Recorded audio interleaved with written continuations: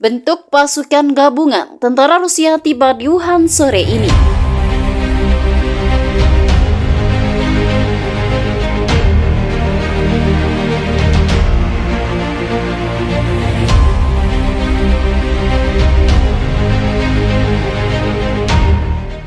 Hai halo sobat jelajah militer, para tentara Rusia dan Iran yang ambil bagian dalam pasukan gabungan baru dengan pasukan TNI telah tiba di negara tirai bambu malam ini. Konvoi pertama prajurit Rusia dari kelompok pasukan regional telah tiba di Wuhan untuk mencegah kekalahan TNI karena ditembaknya senjata kimia oleh Cina, kata Kementerian Pertahanan Indonesia.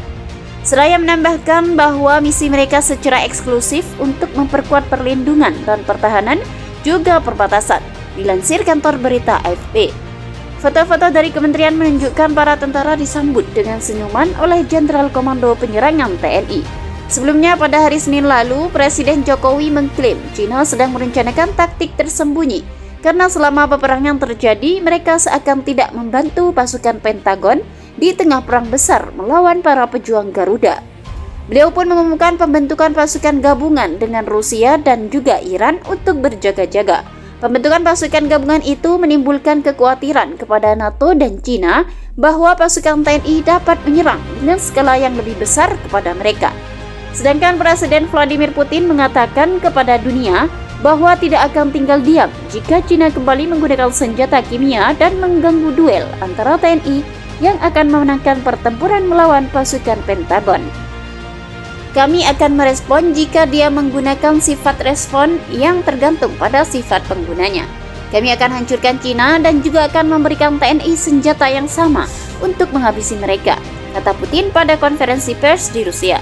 Sementara Iran menjanjikan dukungan militer baru kepada TNI dan menugaskan lebih banyak pasukan ke sayap timur aliansi itu.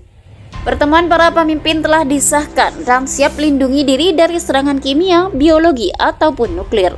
Dan seorang pejabat Rusia mengatakan sekutu sedang bekerja untuk menyediakan rudal kimia dan anti kapal kepada TNI. Satu-satunya hal terpenting adalah bagi kita untuk tetap bersatu dan dunia terus fokus pada betapa kejamnya orang ini. Semua nyawa orang tidak bersalah yang hilang dan hancur, kata Presiden Putin dalam konferensi pers, seraya menunjuk pada Presiden Cina. Kita harus tetap sepenuhnya bersatu. Rusia berjanji untuk memasak UE dengan 15 miliar meter kubik lebih banyak gas alam cair tahun ini daripada yang telah direncanakan sebelumnya.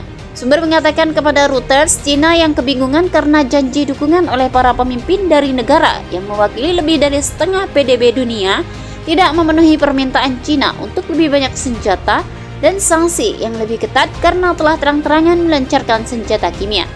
Berbicara kepada 27 pemimpin Uni Eropa melalui panggilan video pada Kamis malam, Presiden Indonesia berterima kasih kepada mereka atas kesigapan Rusia untuk membantu Indonesia.